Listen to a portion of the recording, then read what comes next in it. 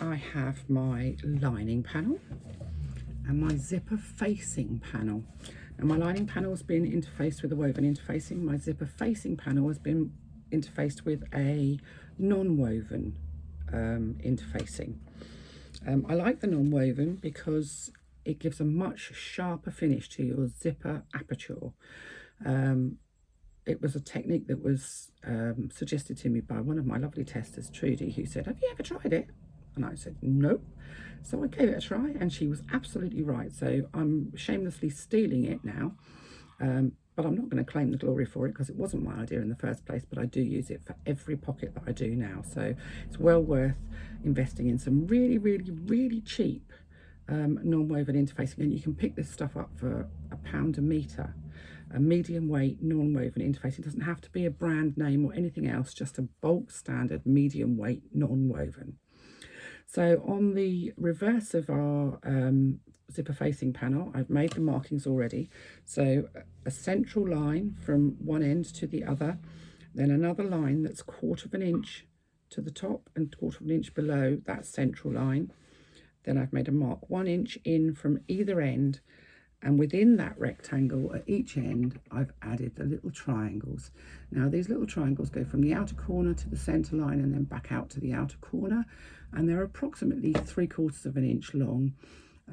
It's not a very exact science. Make them as long as you want them to be, but I wouldn't do them less than 1/2 an inch. Oftentimes, I have to be said, if I'm really honest, I don't actually put them in at all.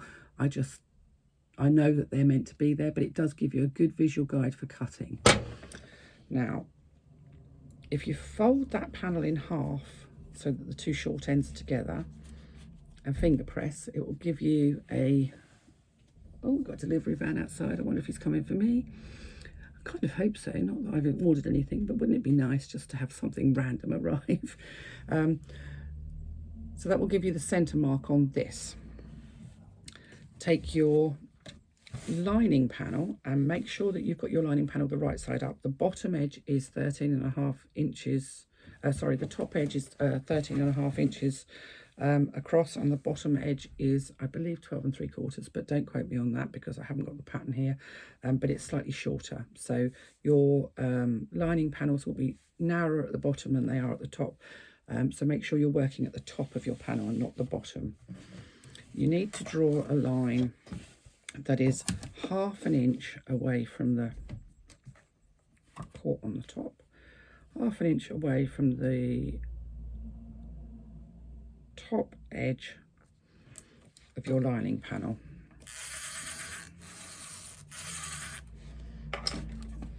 Then you're going to fold your panel in half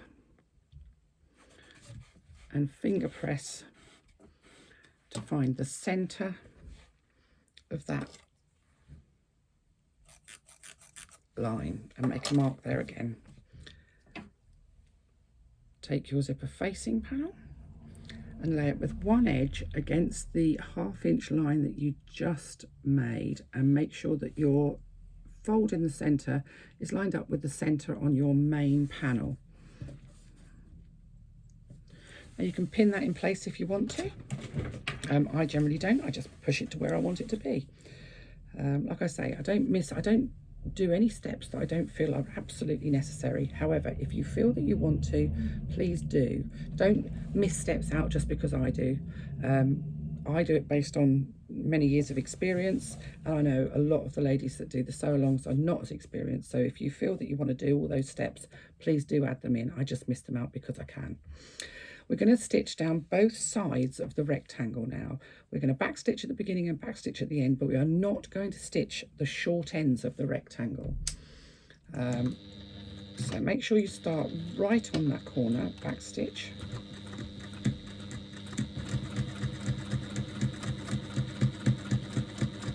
And all the way down one long side.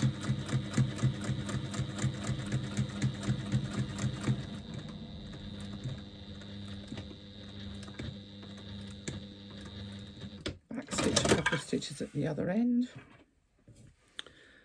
Now, as you can imagine, I'm doing these videos in lockdown. My husband's been sent out into the garden to do some work in the garden because he's got nothing else to do. My daughter, however, has taken to being a proper teenager, getting up at lunchtime, eating her breakfast when she gets up, and then eating her lunch 20 minutes later. And there are smells invading my sewing room that are really tasty. I think she's having bacon sandwiches for lunch. I mean, goodness me. Did anybody come and ask me if I wanted one? No. So, second long line of stitching on the other side. Mind you, I do recall saying nobody disturb me or I might have to commit murder. So possibly that's why I've not been offered a bacon sandwich.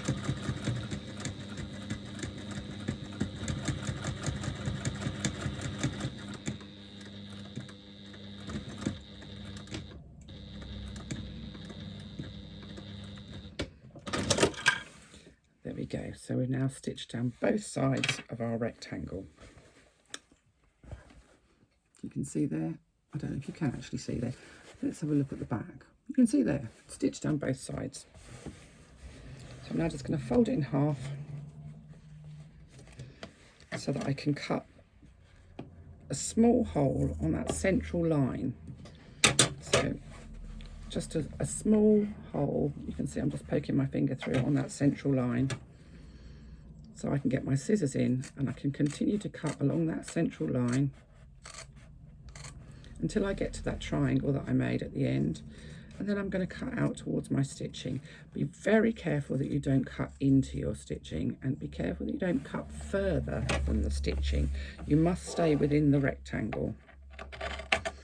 If you don't, what will happen is that you'll end up with fraying on the corners of your aperture, and that's something we don't want. We want a beautiful zipper aperture, because the inside of our bag is as important as the outside. We've spent a lot of time weaving and preparing the outside of our bag, so let's not ruin it when we get to the inside. Let's find my pressing mat. So now I've cut, and you can see that I've cut into those little triangles. I'm going to take the ends of that zipper facing panel, and I'm going to pop them through that hole that we've just made, the cut that we've just made, and I'll give them a little tug, and you'll see that the rest of the facing panel kind of pops through to the back. Now what we're going to do is we are going to finger press, roll between your fingers so that that facing panel is on the reverse. We don't want to see any of the facing panel on the front of our zipper aperture. Normally I would say use a fabric that matches your lining fabric if you're not sure that you can do this really well, but it's actually a really good skill if you use a fabric that doesn't match. It makes you much more cautious and much more conscious that you're actually getting the facing really well behind the front fabric. So just roll it between your fingers.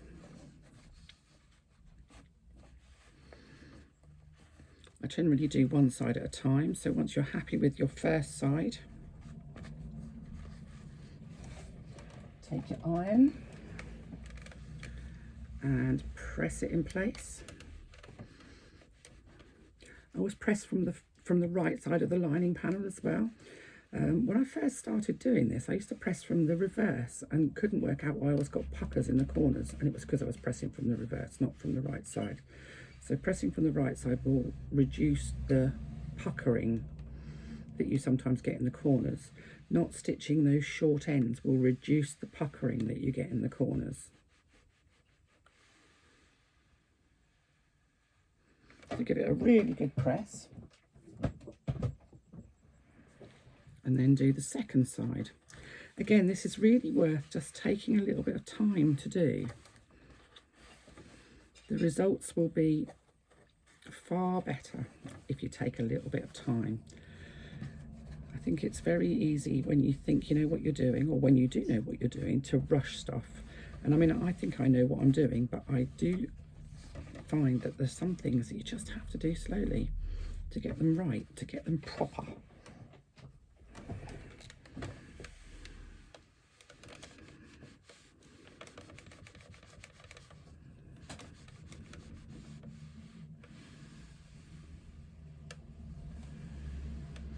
what you should end up with is a perfect rectangular aperture where you cannot see any of the facing fabric from the right side. Don't worry about what's going on in the back of it. The back will not be visible. The front is the bit that's visible, so that's the bit you need to concentrate your efforts on. So there we have a perfect rectangular aperture. So I'm happy with that. If I turn it around, you can see that all of the facing is on the back side there, on the wrong side of my work. So I'm just going to move my pressing mat, and I'm going to locate my pocket linings, which she says with great confidence. What did I do with the pocket linings? I didn't put them in there, I put them under here. So I'm going to lay my pocket linings that we did with the zipper in the middle, right sides up. Well, the zipper's right side up, but the lining panels are wrong side up. I'm going to make sure that my zipper is closing to the right hand side so that it's going the right way for me. If you're a left-hander, turn it around the other way so that the zipper opens the other way. I'm going to take my lining panel with the zipper aperture that I've already created, and I'm going to lay it directly over the top. Now you can kind of centralize this, and the easiest way to centralize it is to see that the gap either side, where the lining panel is sticking out the top there, the gap either side needs to be more or less the same. And I'm honest, I don't mess around measuring it, I eyeball it. I am going to change my foot to a zipper foot, because this is where I do need to change my foot.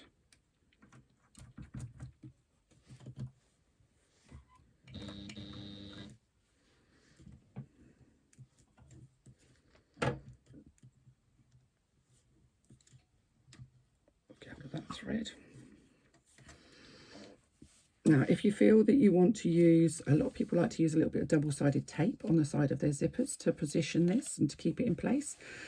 Some people like to put a little drop of glue. Some people just like to do what I do and lay it over and pop a pin above and below. I don't do any of those. I just lay it where I want it to be and slide it over to the machine. Now we're going to top stitch all the way around the outside of our zipper aperture. We want the zipper teeth to be centrally located within that zipper aperture. We're going to leave long threads on the top and the bottom, so bobbin thread and top thread. Oh, looks like I'm playing cotton roulette up there because there's not much left on my thread spool, but there'll be enough to do the zipper. And we're going to top stitch around our zipper at 1/8 of an inch seam allowance, making sure that you leave long threads top and bottom because we want to bury our threads once we've top stitched around. So I'm just going to go no back stitching.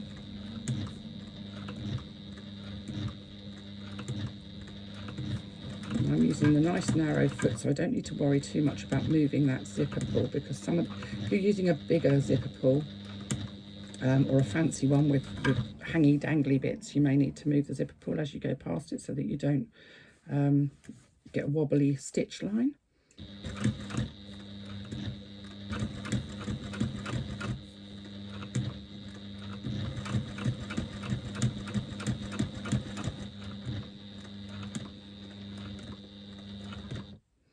To get to the very end, I'm going to turn my work and I'm going to come up the side, bearing in mind that I'm going over the zipper, so I'm going to go slowly. This is a plastic zipper or a nylon zipper, so you shouldn't have too many problems going over a nylon zipper with your needle. Will slip between the teeth of a nylon zipper without any bother at all. If you're using a metal zipper, then you will have to either be very careful as you go across, and I have done that where I haven't bothered to do anything else but just wiggle my needle between the zipper teeth. Ideally you would remove some of the zipper teeth where you know you're going to be stitching across. It's a faff, you need a pair of pliers and a bit of brute force, but it does save you the effort of breaking needles, throwing the timing out on your machine, and your threads fraying where they catch on the side of the teeth, which can happen sometimes, which is unpleasant and untidy. coming back down over the zipper. I'm just going to make sure that my thread finishes in the last hole that I stitched. So I've got one stitch that way. Then I'm going to raise my presser foot, pull my work out from underneath and cut long threads. So now I have 2 long threads on the top of my work and 2 long threads at the back. So I'm just going to take my self-threading needle, and I can thread both of those threads onto there, and I'm going to pop those threads that are on the top of my work, so on the front of my lining panel, through to the back of my lining panel. Let's just make sure they're pulled right the way through, and I can lose the needle now. So I have my bobbin threads and my top threads, and all I'm going to do is pop a couple of nice little knots in there to secure that. Once I've done that, I'm going to trim those off to about 1/4 of an inch. Now, if you want to, and I sometimes do and sometimes don't, it depends whether my glue's handy. If my glue is handy, then I will just take a tiny little spot of glue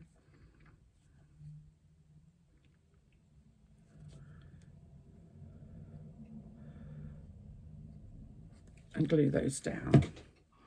It helps to secure the knot as well, and you won't see it, it's inside of the pocket, so, and actually up inside of the pocket where the zipper is, so it's not something you're actually ever going to see.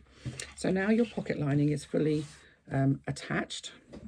We're going to pull the pocket lining from the top down over the pocket lining on the bottom, and you can see that one edge is slightly longer than the other, and we're just going to trim off that excess piece.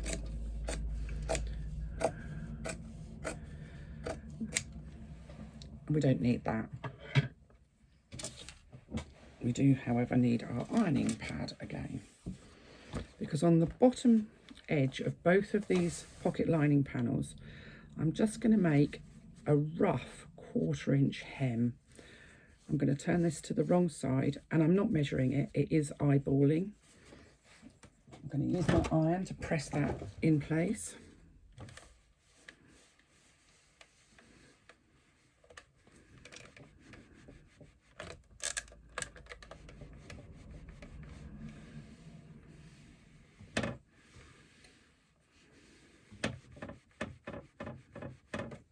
That's one.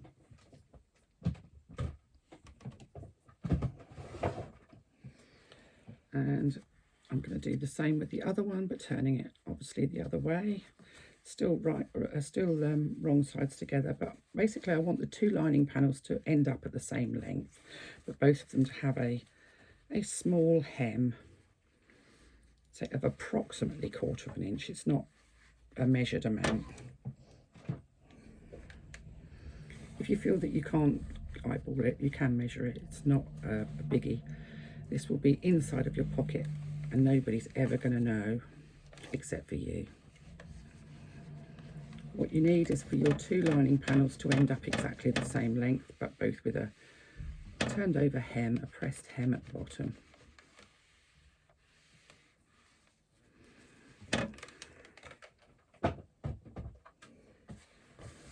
So there we go. Perfect. You turn your work right side up and admire your beautiful zipper. Oh yes, perfect. Now we're going to lift up one side of our work, which will expose the side of the zipper pocket and the zipper facing panel. Oh, that is the door. My daughter is getting it, so life is good. And we're going to stitch down the side of the pocket. We're not going to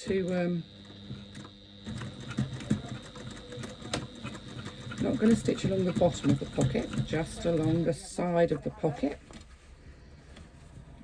So just going to stitch all the way down. Make sure when you get to the bottom of the pocket that those folds that you made at the bottom of the lining stay folded and don't unfold as you stitch.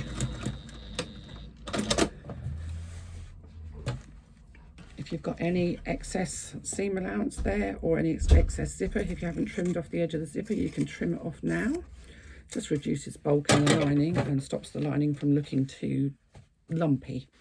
And we're going to pull the same on the other side, and I'm going to stitch from the bottom this time.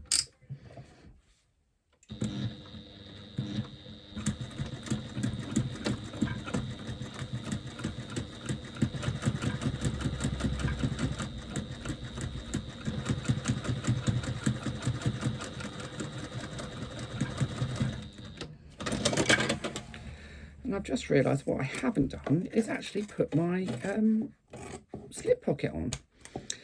Now before you put your zipper pocket in, once you've made your aperture, but before you put your zipper pocket in, let's find my lining pocket, pop your slip pocket in. Your slip pocket needs to go 1/2 inch below your zipper pocket aperture. It's a lot easier to do before you put the zipper pocket in than it is afterwards.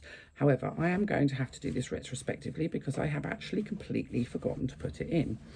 So position it centrally, 1/2 inch below.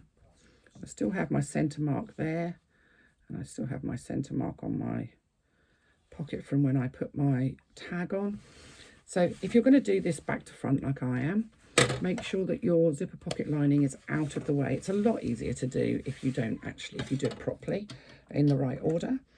But one of us has got carried away with ourselves, and that'll be me. See, I wrote the pattern. Even I do stuff wrong. So I'm going to put my slip pocket in retrospectively because I'm an idiot.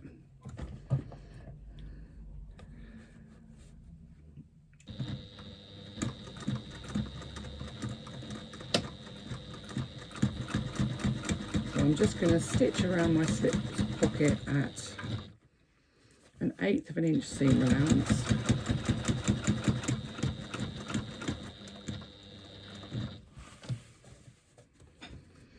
And when I go across the bottom of the slip pocket, that will close that turning gap that we had.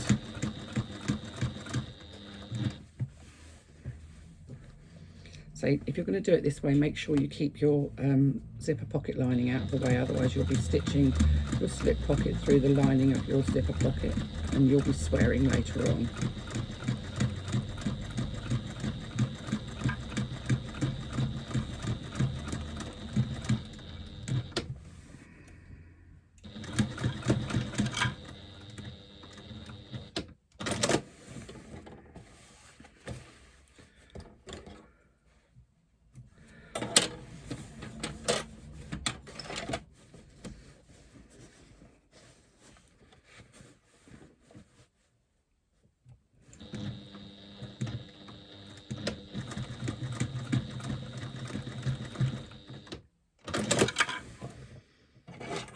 Right, now we have a slip pocket in place.